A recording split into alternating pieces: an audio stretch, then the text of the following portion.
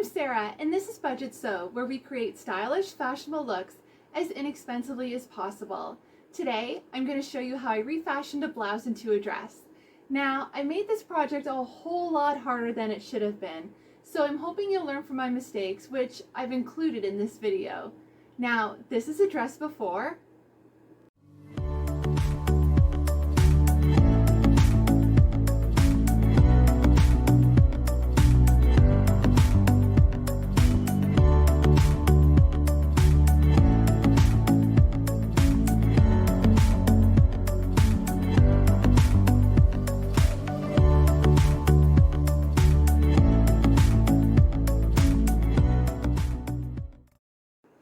This is a Ralph Lauren blouse in a size large that I bought from Value Village about 2 years ago for $9.99.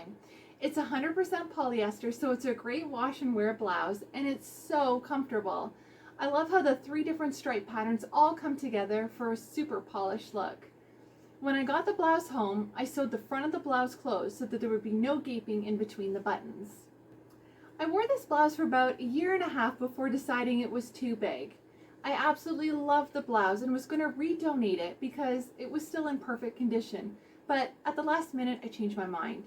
I didn't want to part with it, and I considered tailoring it to my size, but I had another idea. I decided to turn this blouse into a dress. Now, this project took me a few months to complete, not because this is a difficult project, but because I made it a difficult project and I set it aside so many times, almost giving up on it. It was in my UFO pile for months. But this is a relatively easy project to complete, and I'll show you how. So let's get started. The first thing I did was choose a dress pattern that I wanted my blouse to emulate. I chose Vogue 7871. It's a very easy Vogue pattern. It's a semi-fitted A-line or slightly flared above the ankle dress. It has cap sleeves and a back zipper. I intend to keep the long sleeves from the original blouse, but I thought that this pattern would make a great shape for the dress. This pattern also includes a belt with a purchase buckle. In order to lay the pattern flat on the shirt without unpicking the front to back shoulder seam and collar, I decided to trace the pattern, flip it over, and trace it again, and tape the traced pattern pieces together. I thought that this would be the perfect way to get the top of the shirt to match the dress pattern. I made sure to include all the notches and the darts because I would be matching up the notches on the shirt to the notches on the skirt so that my dress would look just like the pattern, or so I thought, but I'll get to that in just a bit. To mark the darts on the craft paper, I took a pin and stuck it through the circle dart markings, making sure that I made a hole in the pattern as well as the craft paper. Then I flipped the pattern up and made a pencil mark where the pinhole was in the craft paper. At this time, I was sure I was going to follow the pattern as closely as possible, so I made sure to mark the craft paper with the exact markings from the pattern. Spoiler alert, I drew the darts on the pattern, marked the fabric, sewed the darts, and then removed them. Once all the circle markings of the darts were made, I connected the dots to show the full dart.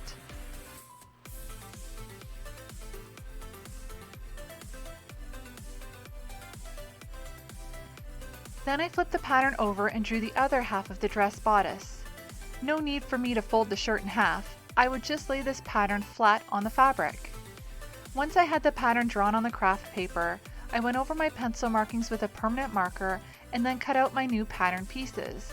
I find that if I mark patterns with a pencil, the marks fade and I might not see them the next time I use the pattern, but if I use a permanent marker, the marks are still there and unmistakable.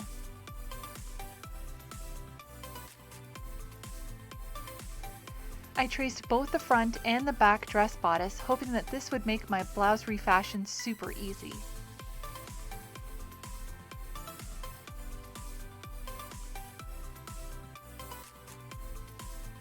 The next thing I did was remove the sleeves and open up the side seams of the blouse. I decided to unpick those seams rather than cut them.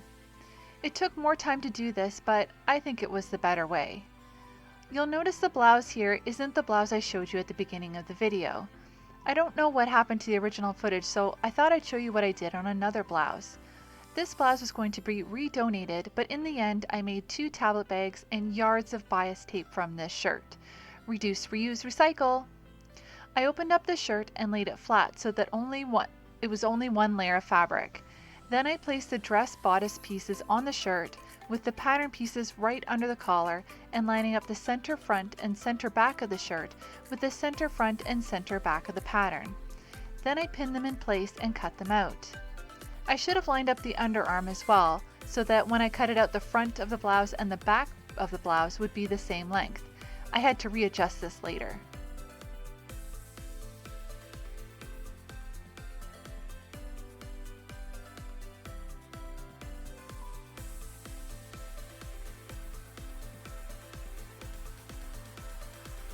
I used my Singer fabric shears to cut my pattern out of the blouse. The link to the review of those scissors is at the top of the screen. Here's the right blouse.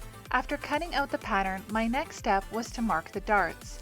I used thread to mark my patterns. You may have another way, like using chalk or disappearing fabric marker, but I prefer this method because the mark will not go away until I choose to cut the thread off the fabric. To mark, I tie a knot in the end of the thread and push my needle through one of the circle markings of the dart and the fabric. I pull the thread all the way through so that the knot is right up against the pattern and the fabric. Then I tie another knot right up against the fabric on the other side. It's a perfect mark. Here's something I don't usually do. I sewed the side seams of the dress bodice before sewing the front and back darts. It is much easier to sew darts on a single layer flat piece of fabric. The reason I sewed the side seams first was so I could try it on to see how long the blouse bodice was. Even though this blouse is 100% polyester, it's very light and thin, so I used a finer sewing machine needle to sew this project.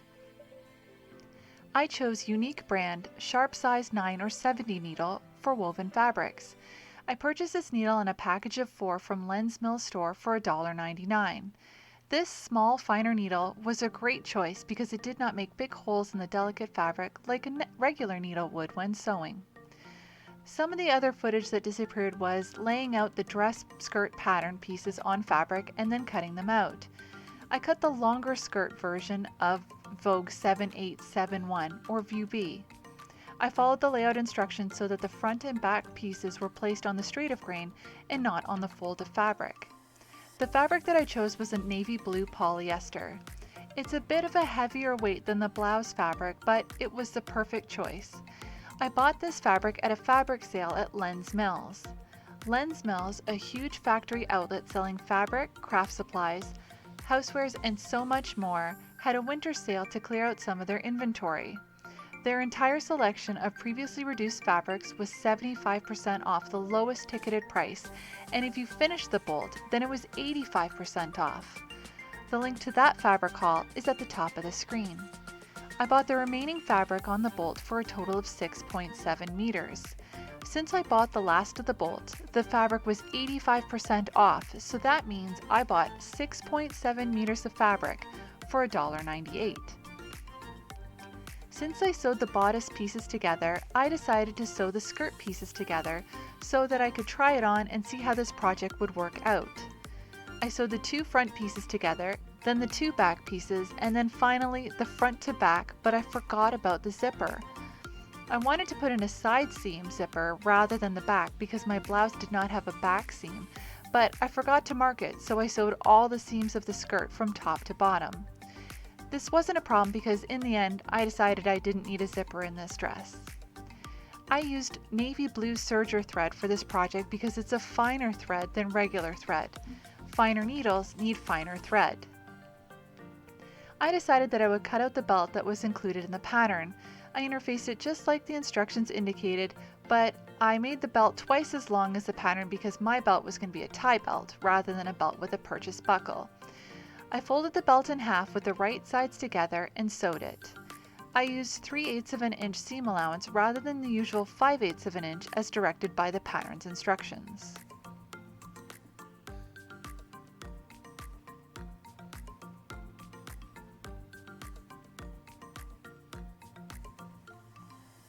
My thread got caught on my machine. I'm not sure why this keeps happening. If you have any ideas, please leave them in the comments section below. I'll take a look on YouTube and see if anyone else has been having this problem. I untangled the thread and continued to sew. I sewed just past the middle of the belt and then remembered that I'll have to turn the belt the right way out.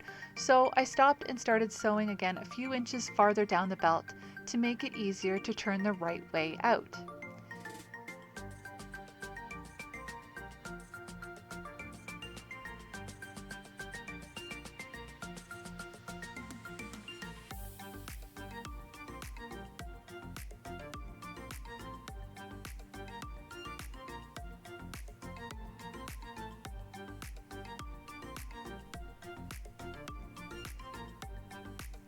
This belt is way too long. Once I sewed it and turned it the right side out, I ironed it flat so that it looked better.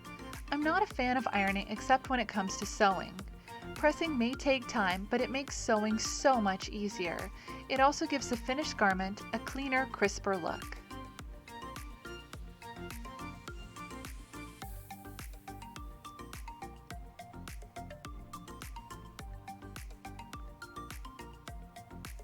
Here's where I decided to sew the darts. So many problems. Problem 1 being that the dart goes right through the pockets at the bust. I couldn't take off the pockets because the fabric was so delicate, so I thought I'll just shorten the dart so it doesn't go through the pocket. Problem 2, the bodice didn't fit well, so I added additional darts to the side of the bust. Problem 3, the fabric is striped, so these darts will not look good. One good move here is that I plan to cut 3/4 of an inch in from the top of the shoulder seam and then lessen the amount as I approach the underarm. This will raise the shoulder seam. Before I continue with this blouse refashion, please like this video and share it with your friends and family. I'd love to help others sew and upcycle on a budget and troubleshoot their favorite patterns. I also love sharing the treasure that I find at thrift shops. If you'd like to see more from Budgetsew, please subscribe and make sure that the bell is on so you receive a notification when I release a new video. Follow me on Twitter, Instagram, and Facebook at Budgetsew. Now, back to the blouse refashion. I didn't like how the darts looked, so I removed them and changed my plans. Instead of the shortened darts, I decided to sew pleats. The pleat followed the dart line, so I sewed from the first circle of the dart to the second circle. I thought that this was the answer to my dart dilemma. It was not. The pleats looked terrible and I ended up unpicking them. I needed a new plan to finish this dress.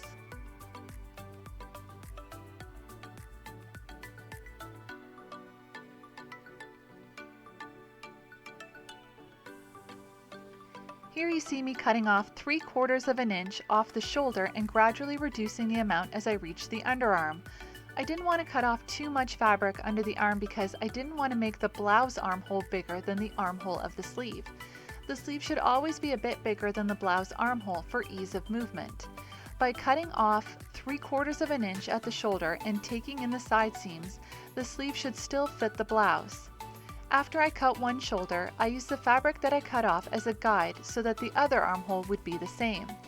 I really took my time cutting this because I didn't want to cut off too much fabric and mess up the whole project.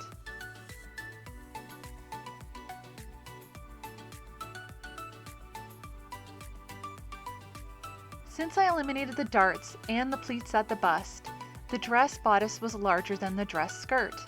My new plan was to gather the dress bodice fabric and then attach it to the skirt. To do this, I E-stitched all around the lower edge of the bodice. E-stitching is where you stitch along the seam line using long machine stitches and then pull the threads to adjust the fit.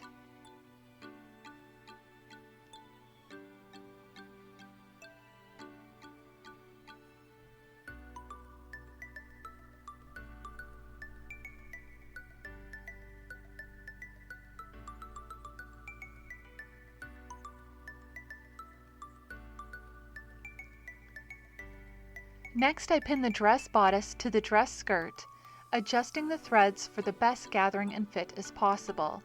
I was going to line up the notches but then changed my mind since the bodice was being eased into place. Then I sewed the dress bodice to the skirt. Since I used a finer needle and finer thread to sew this polyester dress bodice, I used a smaller stitch length as well. I set my stitch length at about 12 stitches per inch. This length didn't leave unsightly holes in the polyester and it wasn't hard to unpick when I decided to remove the darts and pleats. Unpicking my work was not fun. I had to be extra careful with this thin polyester. Too many times in the past, I've accidentally sliced the fabric with my seam ripper, or I've used thread scissors to unpick my work and accidentally snipped a hole in the fabric. Have you ever made that mistake? Let me know some of your sewing mistakes and mishaps in the comments below.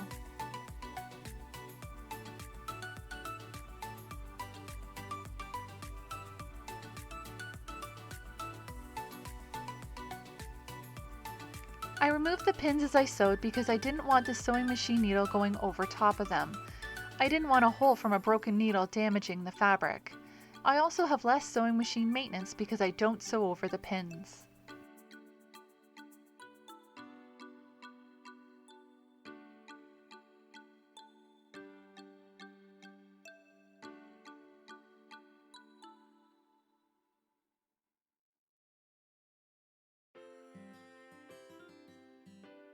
After sewing the gathered dress bodice to the skirt, I decided to add an elasticized waist because I thought that this would be extra flattering. To do this, I decided to make a casing with the waistline seam allowance. I folded down the seam allowance at the waist and pinned it to the skirt. Since the seam allowance is only 5/8 of an inch, I'll be using 1/4 inch elastic for the waist. There are other ways I could have added elastic to the waist, such as adding a casing with another piece of fabric, or sewing the elastic directly to the dress, but this was my preferred method. I like how the elastic was completely encased and that I didn't have to add any additional fabric for the casing.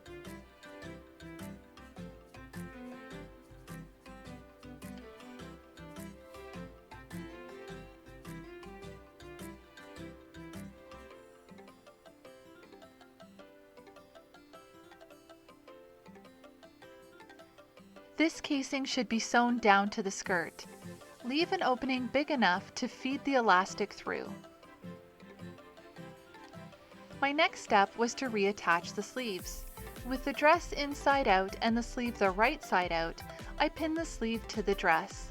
I was really hopeful that the sleeve would still fit the dress even though I made all these adjustments.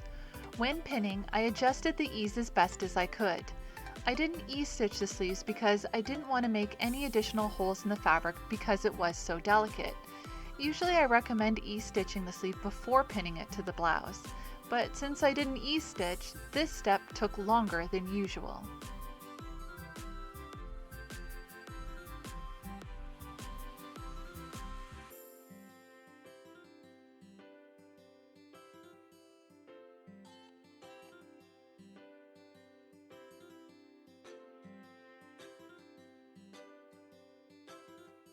The sleeve should be stitched in place. The next step was the hem. The instructions show turn up hem, baste close to fold, trim hem to an even width, finish raw edge, sew hem in place, easing fullness where necessary, press. I did things a little differently as you can see, and maybe that's why I ran into problems. Instead of following the instructions, I decided to pin and measure the hem. Since this is a curved hem with woven fabric, I double turned the hem. I turned up 2 inches for the hem instead of the pattern recommended 1.25 inches, and then I folded over 1/2 inch, completely enclosing the raw edge, easing in the fullness as I pinned. There are different ways to hem a curve. The first way ensures a perfectly folded hem. This method has the same finish as a twice-turned hem like the one I'm doing, but this technique involves a twist to make the sewing so much easier. For an 1.25 inch hem like the pattern recommended, sew a line of stitching 5/8 of an inch from the raw edge of the fabric along the hemline. Using the stitching line as your guide, press the hem in 5/8 of an inch. Next, press the hemline again using the raw edge as your guide. This encloses the raw edge and it just needs to be pinned in place. Another way is to use seam binding or ribbon or decorative tape. I love using this method because it makes the inside of the skirt extra pretty. I use this method on another dress where I used some turquoise lace seam binding. The link to the video with that vintage simplicity dress is at the top of the screen. Pin the seam binding to the hemline with the right side up to the right side of the skirt. Make sure that about half the width of the tape falls below the raw edge of the skirt. Then stitch the seam binding in place.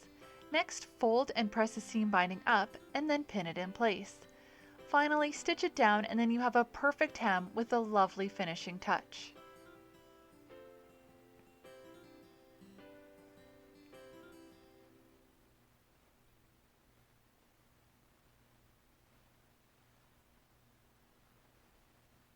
The hem will be stitched in place.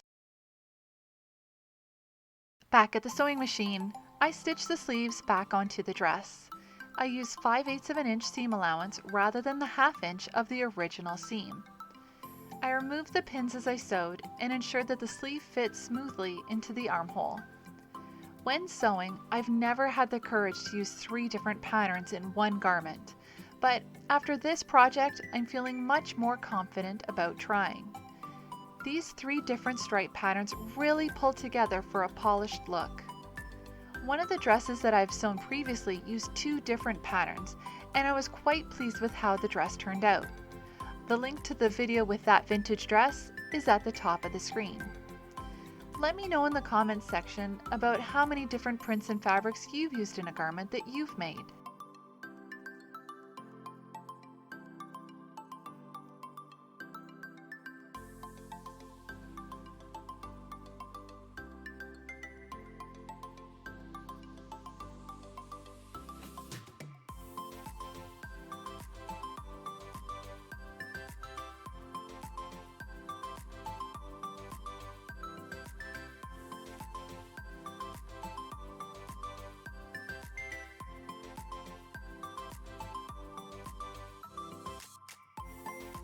Before sewing, I pressed the hem of the dress to make sewing easier. I removed the pins and pressed, and then re-added the pins once I had finished ironing, just to make sure everything stayed in place. Then I sewed the hem of the dress. I used a blind hem stitch because it's nearly invisible from the outside.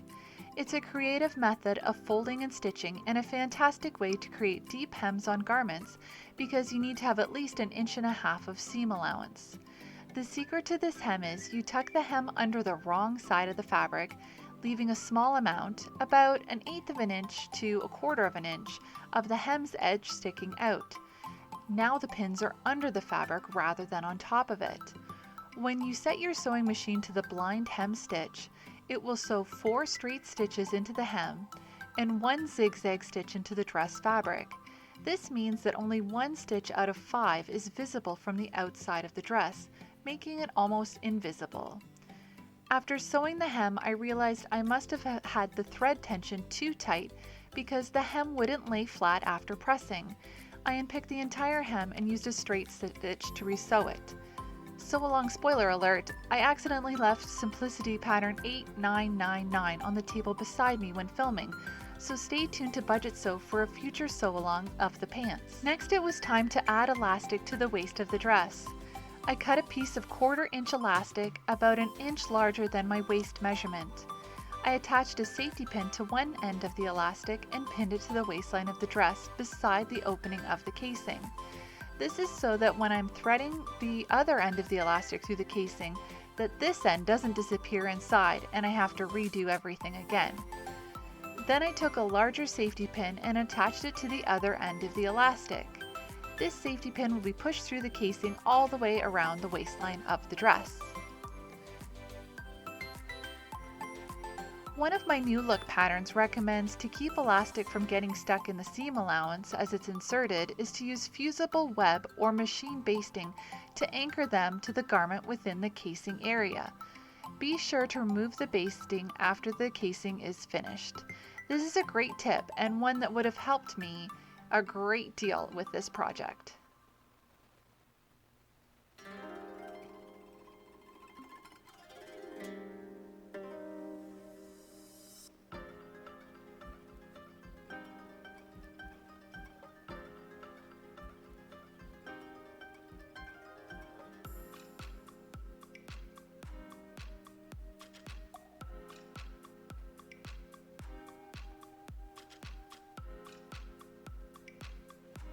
Hey, why's my elastic not moving?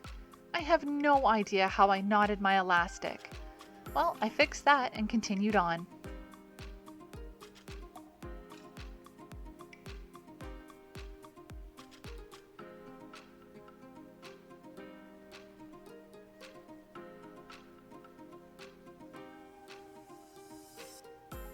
Here's where I begin to struggle with the safety pin getting caught in the seam allowance. If I had used fusible web or machine basted, this wouldn't have happened. The safety pin actually opened up and I couldn't close it without catching the fabric casing. So I took my seam ripper and unpicked the section around the seam allowance in order to close the pin and continue pushing the elastic through the casing.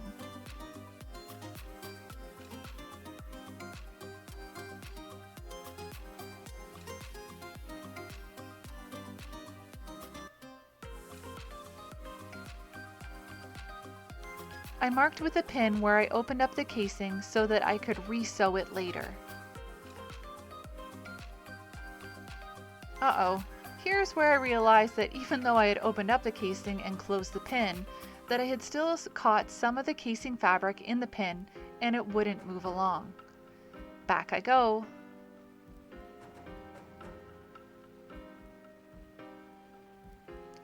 Once that was fixed, I continued to push the elastic through the casing. I had my fingers crossed that I wouldn't run into any more problems.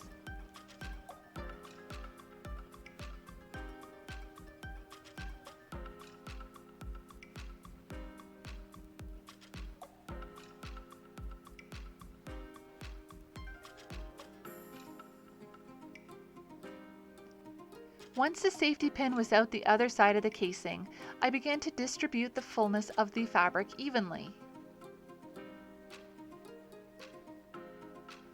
Then I removed the pin that was pinned to the casing of the dress and attached the elastic to the other safety pin so that I can continue to distribute the fullness of the fabric.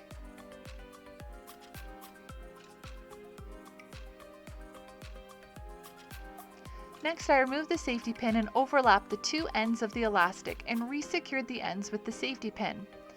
I tried my dress on before stitching the overlap together to make sure it fit correctly. My next step was to stitch the ends of the elastic together securely. I didn't bother to change my thread color to white to match the elastic because no one will see the elastic in the casing.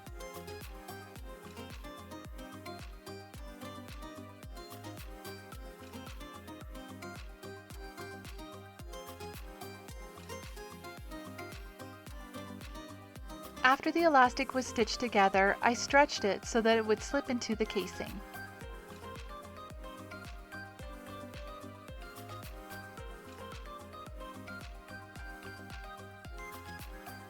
My final step was to sew the casing closed where the elastic was joined as well as where I seam ripped.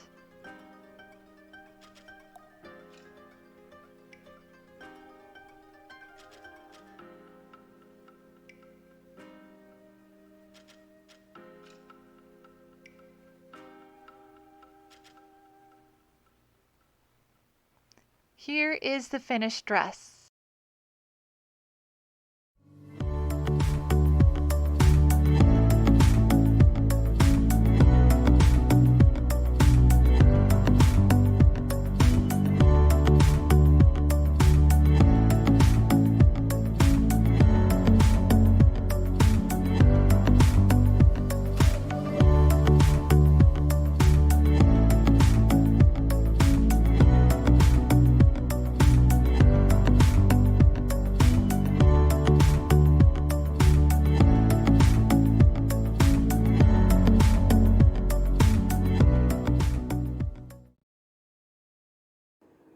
To complete the look, I'm wearing Comfort Dexflex wedge heels from Payless. The Saks leather purse came from Value Village. The gold necklace is from the Salvation Army charity shop, and the gold earrings were part of a Ziploc bag full of jewelry that I bought for $5 at a church Christmas bazaar. I hope you enjoyed how I refashioned a blouse into a dress. Please like and share this video with your friends and family. And if you'd like to see more from Budgetsew, please subscribe. And if you'd like to stay connected and up to date with Budgetsew, please follow me on Twitter, Instagram, and Facebook at Budgetsew. Thanks for watching. See you next time.